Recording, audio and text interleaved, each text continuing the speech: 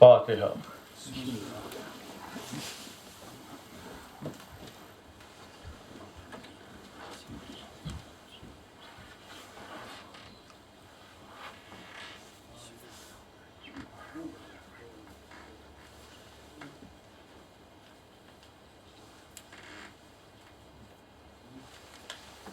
أعوذ بالله من الشيطان الرجيم بسم الله الرحمن الرحيم الحمد لله رب العالمين صلاة والسلام على سيد الأنبياء المرسلين وعلى خاتم النبيين ورحمة العالمين مكي المدني والأمي والقرشي الهاشمي حبيب إله العالمين مخاطب طه وياسين مقلب الأحمد جد الحسنين والقاسم محمد اللهم صل على محمد وآل محمد وإمام المشارق والمغارب إمام النجم الصاخب أسد الله الغالب ونعلى كل غالب مطلوب كل طالب مولانا ومقتدنا وولينا وولينا وشفينا عين الله وجه الله نور الله لسان الله صفات الله شافع محشر ساقي كوثر فاتح بدر حنين وخيبر ميزان الأعمال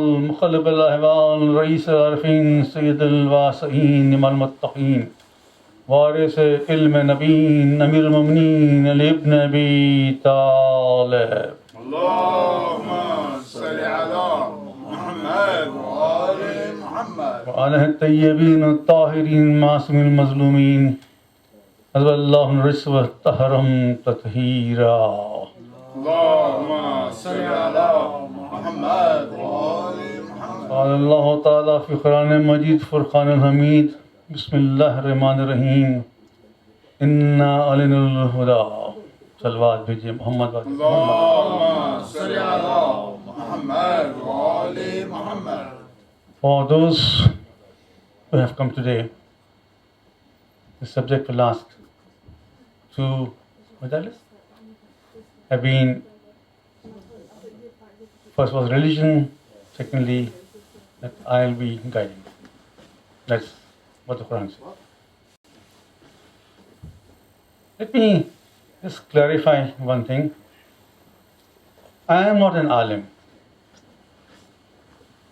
I don't claim to be authority on any religious subject. I have been a social worker. I have been a student. And normally I select topics which I feel are pertinent to what's happening today and what has happened in the past. My message usually is for the youth, the youngsters. I try and analyze what had happened and is happening now, and how we can escape from what is happening now. As Zakir who sits on a member, I feel it's my duty to cover as much of the fazail of our Imam as we can, and we should. Because this is the university which has an unprescribed syllabus. If you become a student of Islamic studies at the university or in home, you have a prescribed syllabus, you have to adhere to that syllabus. But this is one institution which very, very luckily was given to us by Shaykh Imam Zainab, then by our Imams. We should make use of it in the best possible way to pass on the message that had been brought 1400 years ago as a continuation of the past messages in the right manner, in the right direction. Salawat bhejye Muhammad. اللهم صل على محمد وآل محمد. Yesterday, we spoke about conditions prevailing at the time of his no, how he asked his tribe, his people to come to him on the right direction, how Allah gave them the punishment. Today I want to sort of dwell into a very delicate subject. I hope I will be able to justify what I'm trying to say. The world is going through a very funny phase, a very evil phase. The phase I'm talking about is the homosexuality amongst men and women, which is being legalized in many ways. And many governments have approved the homosexual marriages, which is a very unnatural thing to happen.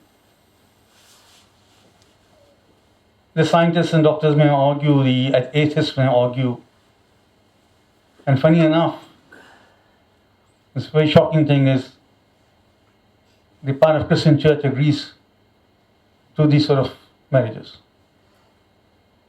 which is again against the Bible. Genesis 13 condemns this relationship very clearly. If you were to pick up Bible and go through Genesis 13, various chapters of Genesis 19, 20, 20, 21, 24, highly condemns this act. Quran itself condemns this act. Quran is very clear on this, saying that this is not right situation. And he has sent his prophet Lut to the particular part which the town was called Sodami. Various names have come for that. And when he reached there, and since Lot was the cousin of Ibrahim, and the story goes that there was a famine. After the famine, there was rains, and the shepherds who were looking after the flock of sheep of both the prophets decided to part ways to different areas. So Lut, or Lot as his name is described in the Bible, came down to the area which is now called the Dead Sea, and the northern part of the Dead Sea, settled there, and he found that town had people who were very evil, very unnatural. He kept on telling them this is not the way to live. And his message was being laughed at. To the extent some said, throw him out of our city. We don't want him here, because he's disturbing our lifestyle. And Hazrat Lut, sallallahu alaihi wasallam,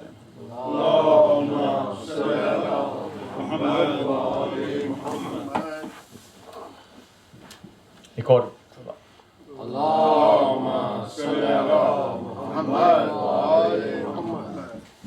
And Hazrat Lut told them this is first time he's hearing or seeing something like this, because nowhere in the world things happen. Still, the message didn't come across. They were not only the homosexual relationship, male-male relationship, there was also female-female relationship. And they were very proud of the fact that they are practicing this relationship. Apart from that, they didn't leave any traveler who was going through the town. They robbed them, they punished them, and they tortured them. And all this was unbearable. And in many surahs of Quran, many ayahs of Quran, Allah has warned the people, referring to the tribe of Lut, that don't indulge in such things. Surah Al-Shura, Poets, 26, Ayat 160, 175. These 15 ayats just talk about what was happening there. How Hazrat Lut was trying to tell them this is not the right way of living. how 3 angels came to him. And these beautiful angels, when they reached his house, they became the temptation of the population there. He told them, look, they are my guests, and I have daughters in my house. They are pure. They should not be there. The answer he got was, we're not interested in your daughters. We want those men who come here. And he was worried. So they gave the message saying that don't worry. We are the messengers sent by Allah. We will protect ourselves and protect you. That's in these particular ayats. That in the night, with your family, you leave and go. But your wife will disobey you. And she will be punished. The condition was, whoever is going out should not look back to see what's happening.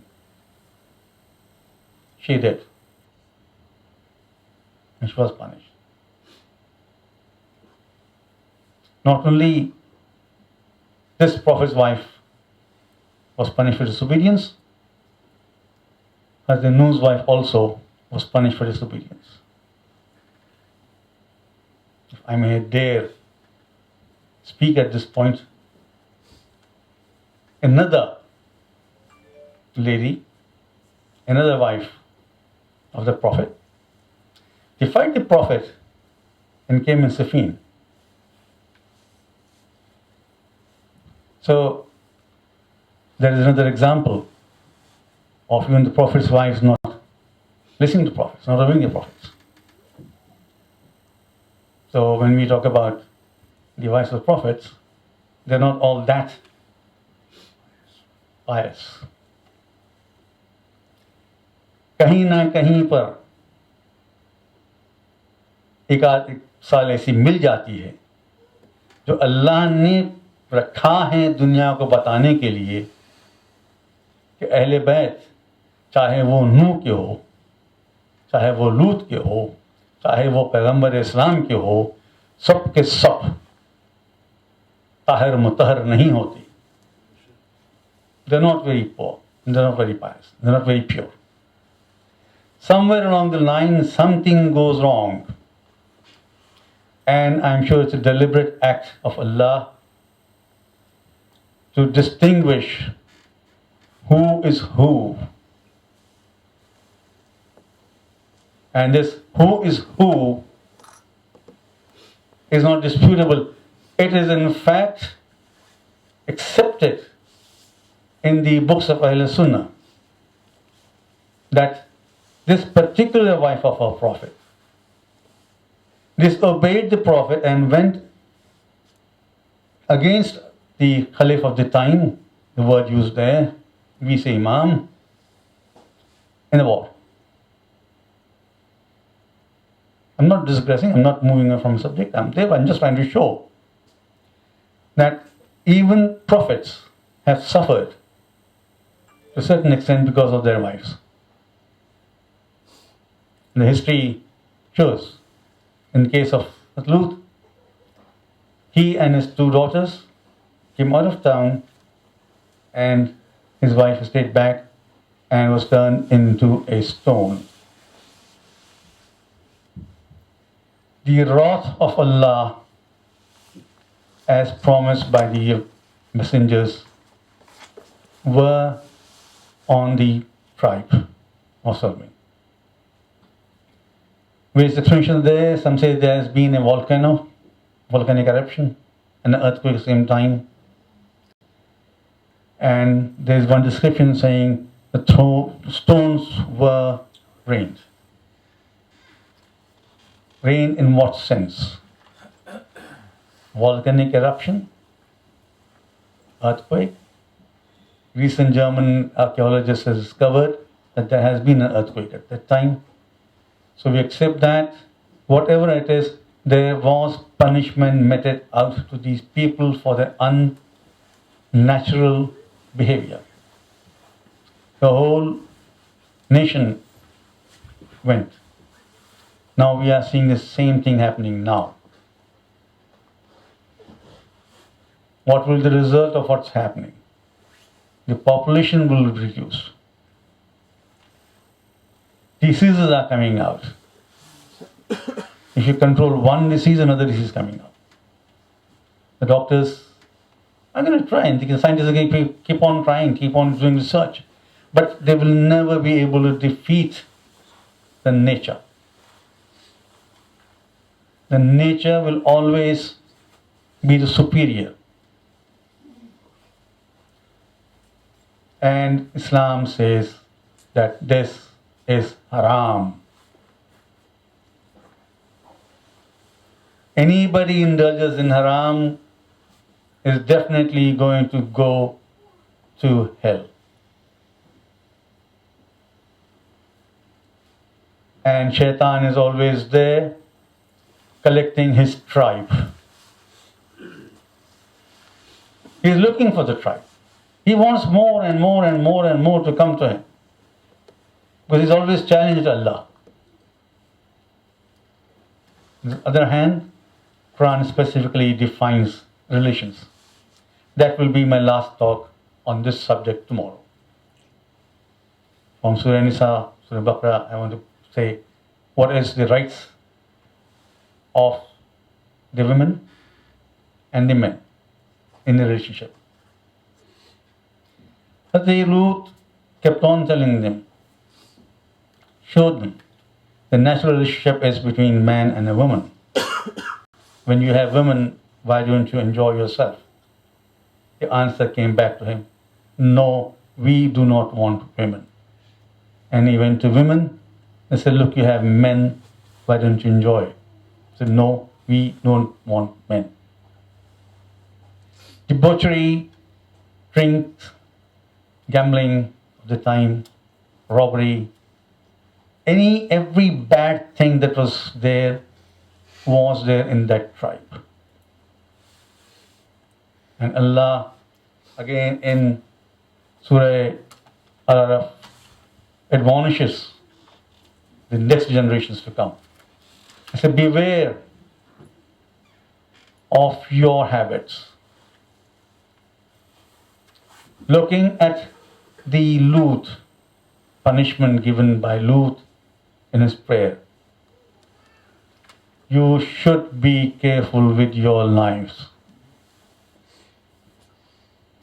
In fact, if you were to look at this Surah 26, Al-Shura, is nothing but a series of admonitions from various prophets that has been given to their folk.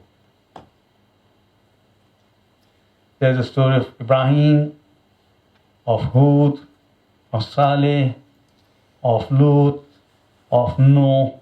They're all the prophets. They are something like 11 or 12 different divisions. If you look at Aga Poya's commentary, it's divided into 11 different portions, and all of them says nothing but what went wrong and what punishments were given. In spite of that, in spite of looking at these punishments, not looking at the civilizations being destroyed and wiped off from the earth, the message always gets distorted. So there was a need for another prophet to come. And that's Allah's promise is that I shall definitely guide. That was the ayat that I picked up. Definitely guide. Guide who? And guide up to when? Guide the human. Guide the people. Guide the ummah of various imams, of various paygambars. If the paygambars have come to an end, he has sent us imams. Imams have guided us. Imams are guiding us. highly literate, highly qualified ulamas are guiding us. There's no end to who guides whom, as long as guidance is correct, as long as guidance is right. Any wrong guidance will destroy the generation. And if generation is lost, then we will be responsible for that, and we will be punished for destroying the generation. Salat bhejna Muhammad wa ali Muhammad. Allahumma salli ala Muhammad wa ali Muhammad. Then again, moving forward, Surah Hud, ayat 76, 77, repeated again. The same thing, that Lot has warned his people. The word is has, not had. Lot has warned his people. And he also told them that these are my guests, that they should be honored, they should be protected. And my girls are pure. Again, the answer, we are not interested in your girls. And we want your guests. The guests gave the same answer. Do not worry. Allah will protect you and protect us. The whole lot of something like 29 to 30 ayats concerning that period, concerning the situations, concerning the warnings that were given. In spite of that, if today's people think that what they are doing is correct, then I think we need another Hazrat Lut to come back. It will not be Hazrat Lut who will come back. It will be Imam Sahib Zaman alayhi salam will come back.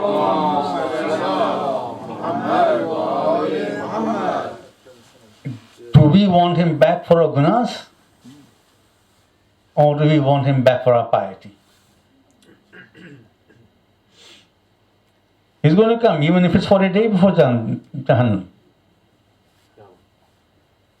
Even one day, even if it's one day before Qiyamah, he will come, he will show the right way. And that's a promise of Allah.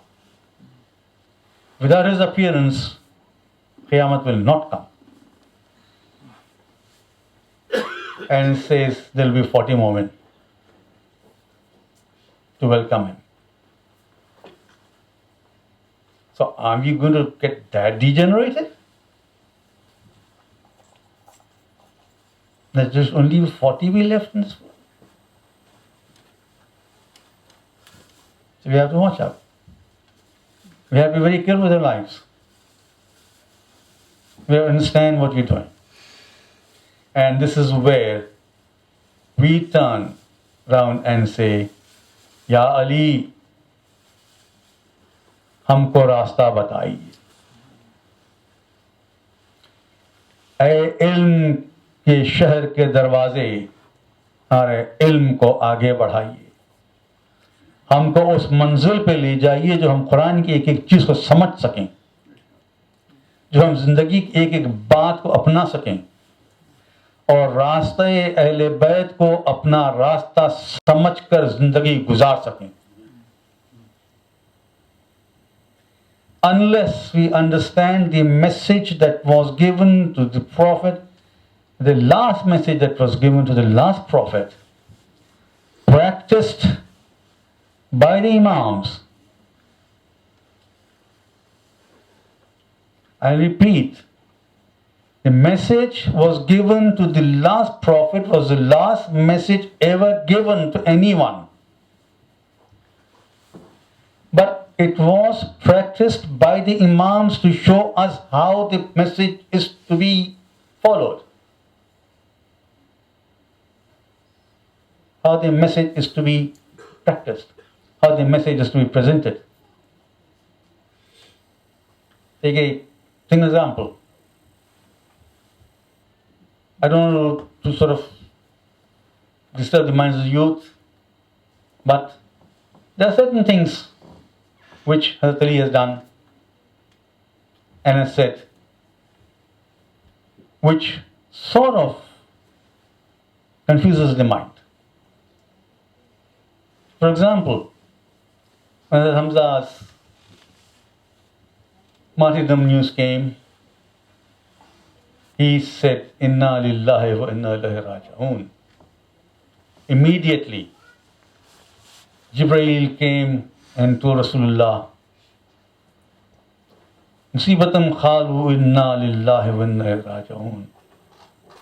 Whenever there is any problem, whenever there is any disturbance, say this ayat. Now, Hazrat Ali said it. Jibreel brought it. Did he knew that there is a line exists in the Quran? Or he said it, Allah liked it so much that he sent it back to him?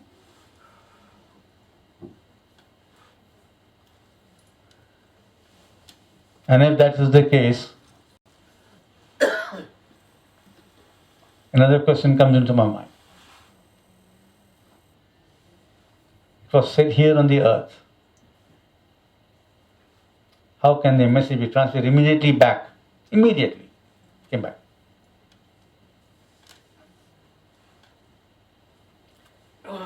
Again,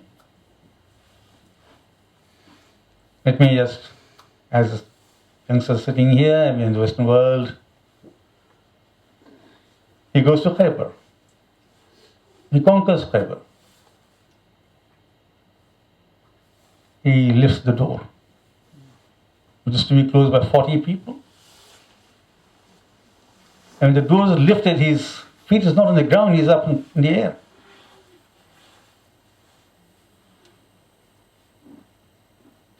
Has he the command over gravity? Has he that command over gravity? That he is cutting off the gravitational force and lifting himself and lifting that door in one hand. Now, do we follow such imams? Or do we search somewhere else for somebody else to follow? Salawat bhejiye Maulana.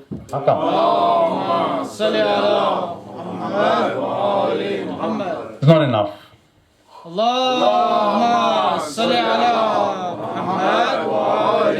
Hey, what I have just said is, it's not a very ordinary miracle. Unless Ali had something to do even with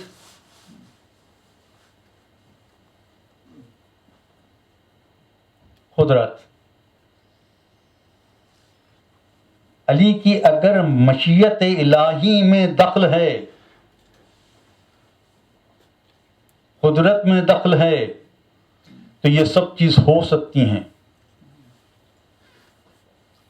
वरना किसी की बस की बात नहीं कि जमीन की ग्रेविटेशनल फोर्स को काट दें, अपने आप को जमीन से उठा लें और उस वजनी दरवाजे को अपने हाथ पर लेकर फेंकें, और जब फेंकें तो कई ऐसे थे जो खत्म हो गए उस वजन से।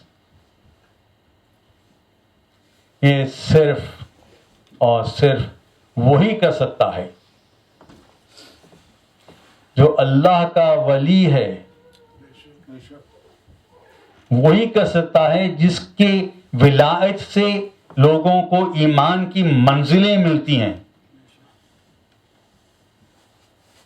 जिसको सभी ने पुकारा और सभी को जिसने जवाब दिया। कल मैंने आपसे कहा था कि हज़रत नूह की कश्ती का एक टुकड़ा, उस पे नाम है अली, नाम पंजतन नारे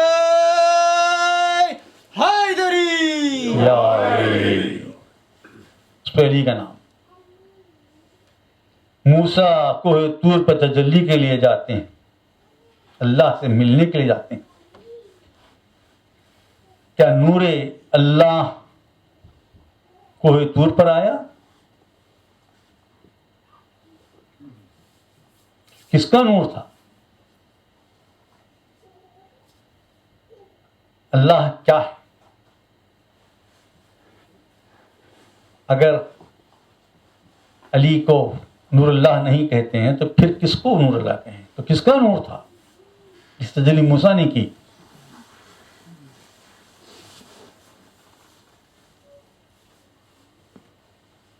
हम उनके पैरों हैं, और हम अगर कुछ गलत काम करें,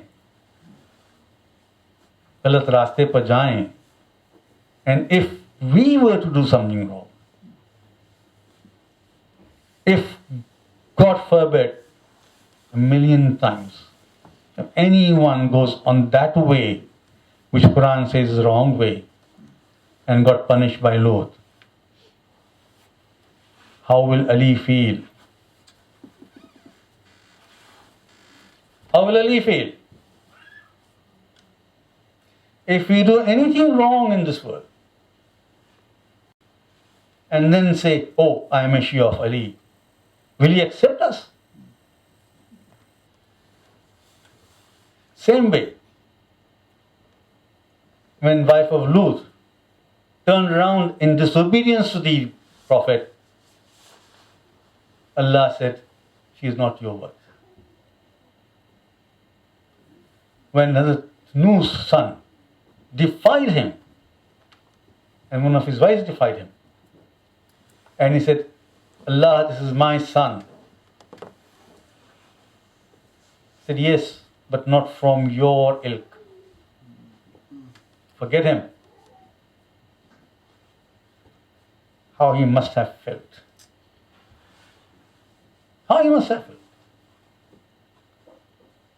He is trying to correct the whole nation and his own son. We are very, very fortunate that none of our imams, not even the Prophet, had to face a situation like this, except for one or two ladies of the house. And that was known beforehand, that this will happen. That is why the Prophet has given authority to Ali, that if need be, you can pronounce divorce. But the character of Ali was such that he told the lady to go back and gave an escort. So she's safely back. At that time, people thought, how come Ali is sending this lady, who is the wife of a prophet, escort of men? When she reached, it was found out the escort was ladies, not men. So he even took care of that situation. He knew history will accuse him of something like that. He knew that Prophet's wife, though may have come against him, is Prophet's wife and should be respected. But how much respect can we give to somebody like this? At the same time, we are not supposed to use abusive language. We're not supposed to abuse her. After all, she's Prophet's wife, protected by Ali. So we have these examples of three very defined wives of prophets who gone astray at some point or the other. And they were punished. They were punished. How this lady was punished, I won't go to details because it's unsavory, it's not right, and we should not talk about such things. Because when we have the best of jewels in our midst, why should we talk about something which is not a jewel? Bawazi bulante salawat.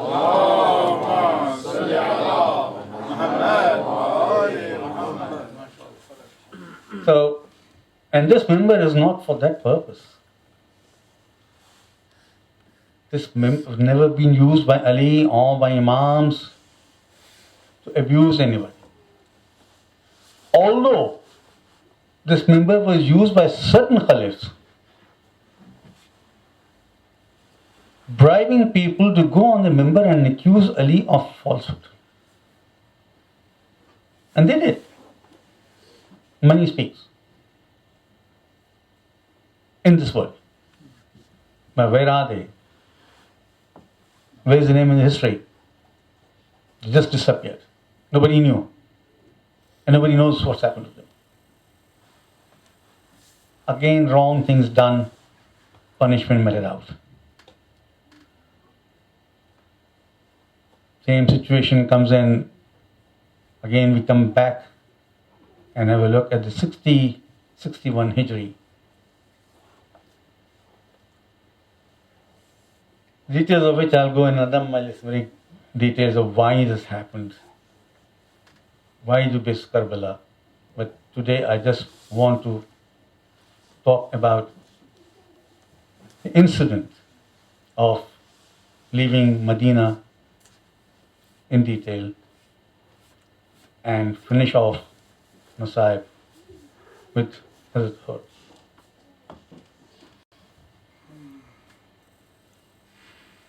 After the demise or martyrdom of the Prophet, politically things started going against his message. He wasn't even buried when political moves taking place as to succession. The division in Islam, the first division in Islam, was not on basis of any theological or any other matters, but it was purely political matter. And these were the people who had betrayed Prophet on many occasions.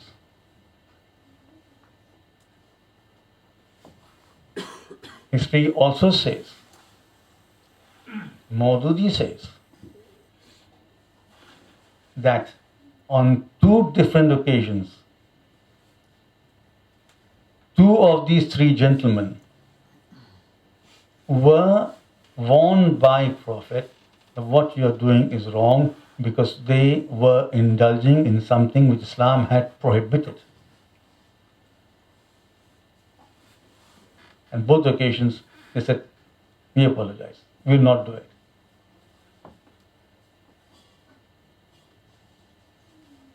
I don't want to say what they were doing, but Rasul had banned it and made it haram. And they were indulging in that. And also, they ran away from Rasul in the battles. And these are people who were trying to claim to be the Khalifs. And they got the Khilafat. People accepted because they had the money. Ali had no money. In a worldly way, he was a pauper.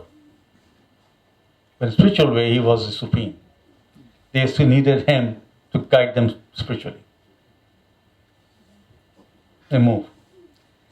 The foundations were laid then. Imam Hassan made peace with Muawiyah for reasons, again, which we'll go into tomorrow and day after. And broke his tenement and appointed Yazid as his successor, which was against the treaty. Yazid demanded the bayat, the oath of allegiance from Imam Hussain. On one hand is the total kufr, on the other hand is the kull iman. How is it possible that kull iman Hussain will take the oath of kull kufr Yazid? He refused. A tyrant of a governor was sent to Medina with a message that take the bayat of Hussain. Hussain preferred to leave Medina because there were invitations from Kufa to come. We've already covered that. Kufa to come. He left Medina, came to Mecca for Hajj. He found out that there were people who had come with the intention of slaying him there. To quote علامہ رشید ترابی, حسین نے یہ مناسب سمجھا کہ ایسے مقام پر پہنچوں جو کھلا میدان ہو, جہاں دشمن نظر آئیں یا تاریخ میں دشمنوں کے نام نظر آئیں. اگر کعبے میں میری شہادت ہوتی ہے تو یہ کہتے کوئی حاجی تھے جو آئے تھے. کون تھے کسی کو نہیں پتا. For my friends, I'll give an explanation in English afterwards. حاجی تھے. حسین کو کعبے کی حرمت کا اندازہ تھا. حج کو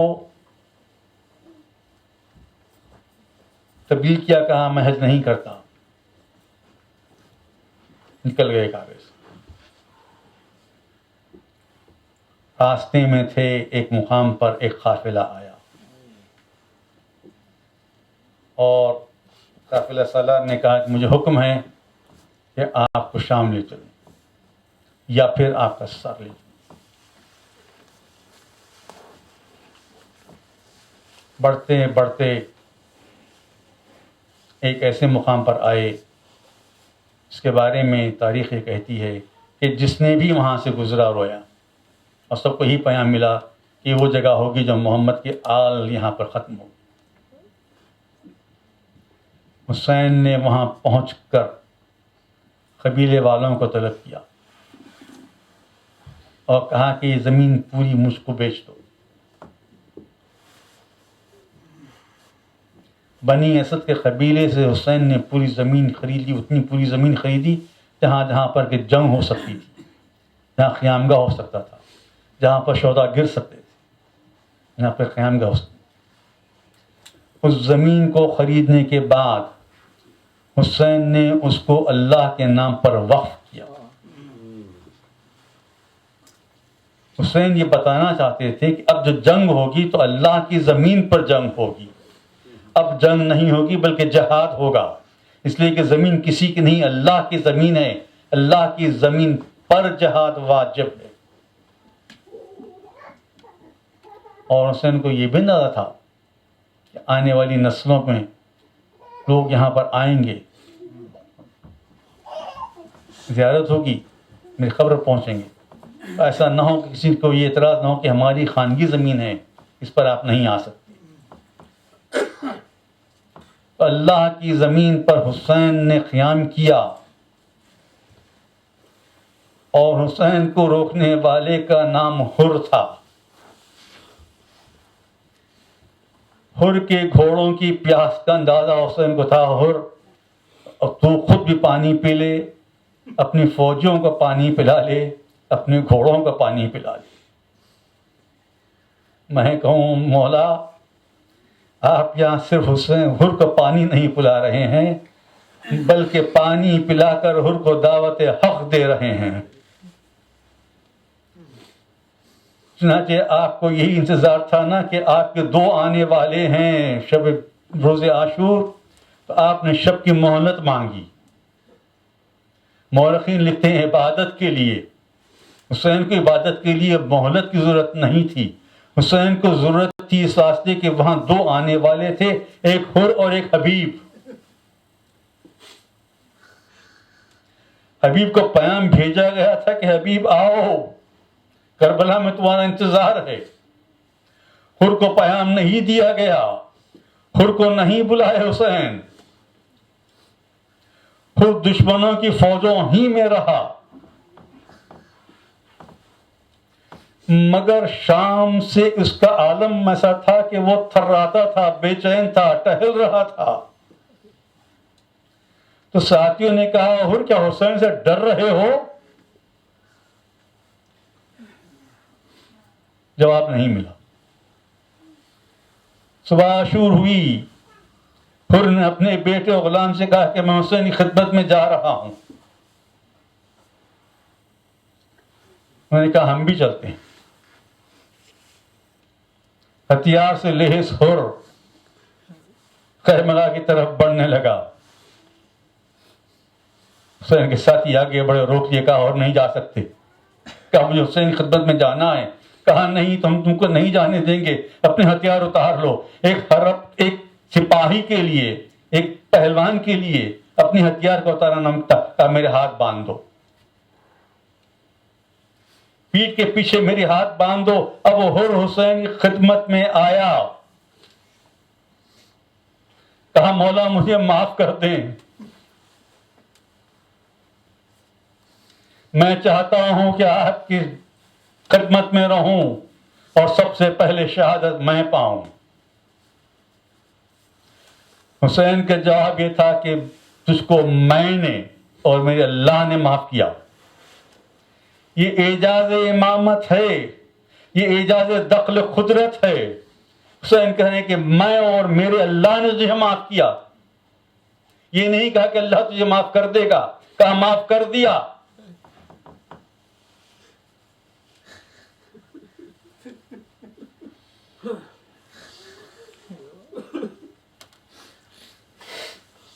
ہاں، مقام حر، کیا مقام پایا حر نے، دشمن بن کے آیا تھا۔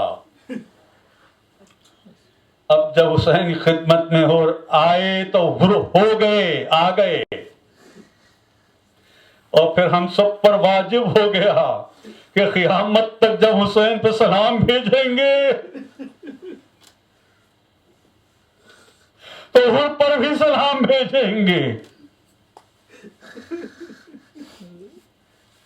یہ مقام ہے چاہنے والوں کا، یہ مقام ہے جس کو اس سے اللہ عطا کرتا ہے۔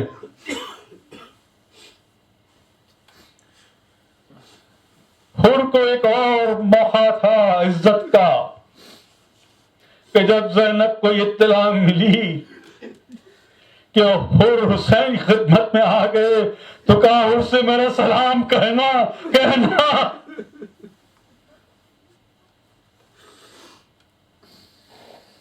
کہ علی کی بیٹی اس کے بھائی کے چاہنے والوں کو سلام کرتی ہے۔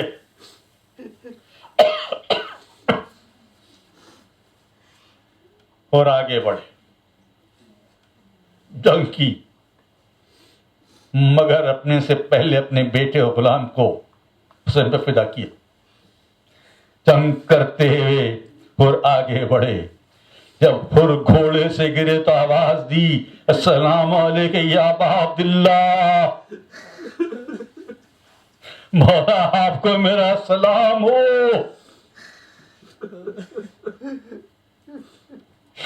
حسین حر کے پاس پہنچے، یہ عظمت حر ہے کہ حسین نے حر کا سر اپنے ہاتھوں پر اٹھا لیا، اپنے زانوں پر رکھا۔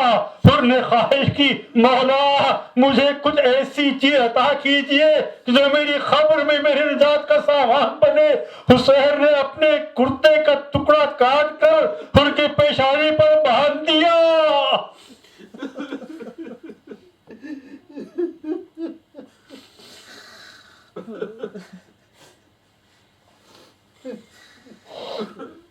آخری جملہ، آخری جملہ،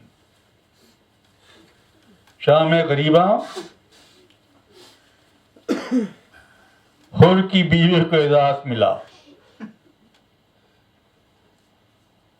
عرب کا طریقہ تھا نا کہ جب کسی کے گھر میں موت ہو جاتی ہے تو حاضری بھیج جاتی، तो शुम्र ने कहा कि हुसैन के बहनों और औलादों के पास हाजिरी भेजो। तो कोई तैयार नहीं हुए। उनकी बीवी से कहा गया कि तेरा शौहर इतनी बड़ी कुर्बानी दिया है, तू ले जा। जब ये खान करीब पहुंचे तो मसीह का यही बन ना, मैं हाजिरी हुसैन के मरने की लाई हूं। मेरा है सिफ्त रसूल उनकी ज़ौजा हूं।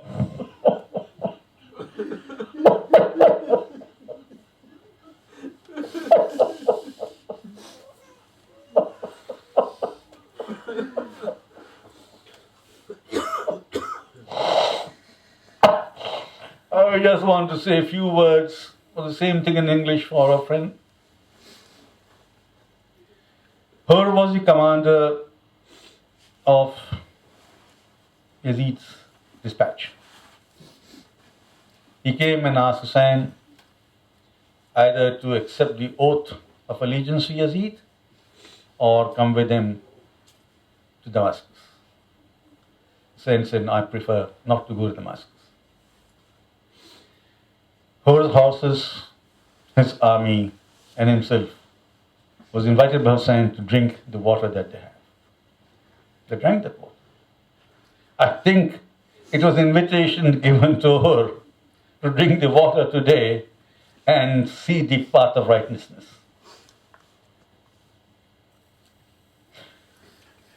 Hur, on the morning of the 10th Muharram, started coming towards Hussein. Commander Hussein's army stopped him. He said, you can't come. If you want to go to Hussein, you have to remove your armor. It was not acceptable. Hur said, I must go to Hussein. I want to see Hussein. If you think that I'm going to fight, tie my hands behind my back. And that was done. Hur came to Hussein and he apologized for his deeds. Hussein said, I and Allah has forgiven you. Look at the sure position of Hussein when he says, I and Allah has forgiven you. He doesn't say, Allah will forgive you. There's only Hussein who could have said that on that particular field. Hur went and fought the army of Yazid which he was commanding. And when he fell down, he called Hussein, Salaam alayk ya Abdullah. Ya Hussein, my salams to you. Hussein came, lifted his head in his hand and put it on his lap. And Hur said, Mullah, I want something to take with me to the grave where I will be able to say to Fatima Zahra that I have come with the present. Hussein tore off a piece of his kurta which I was wearing, or gown which I was wearing, tied it on his forehead. And the result of this action of Hur is that till the Qiyamah, whenever we give salams to Hussein, whenever we read ziyarat of Hussein, it is mandatory for any and everyone to say Assalamu alayka Hur Shaheed Riyahi Karbala. परवरदिगारा हमारी सुन्नत कबूल कर। परवरदिगारा हमारे दोनों ने तौफीक दे, हमेशा रास्त पर कायम व दायम रख, उनको हर बुराई से दूर अच्छाई तरफ राग़िब कर, उनके इल्म में इजाफा कर। परवरदिगारा उनमें इतनी ताकत दे कि वो खड़े कह सकें कि लब्बैक या हुसैन, लब्बैक या हुसैन, लब्बैक या हुसैन। और जब ज़रूरत पड़ेगी तो ये नौजवान, आज के बच्चे, कल हुसैन की फौज के नुमाइंदे हों। ज़रूरत है हुसैन की फौज के फिर तैयार होने की। वक्त आ रहा, बल्कि वक्त आ चुका। मातम हुसैन।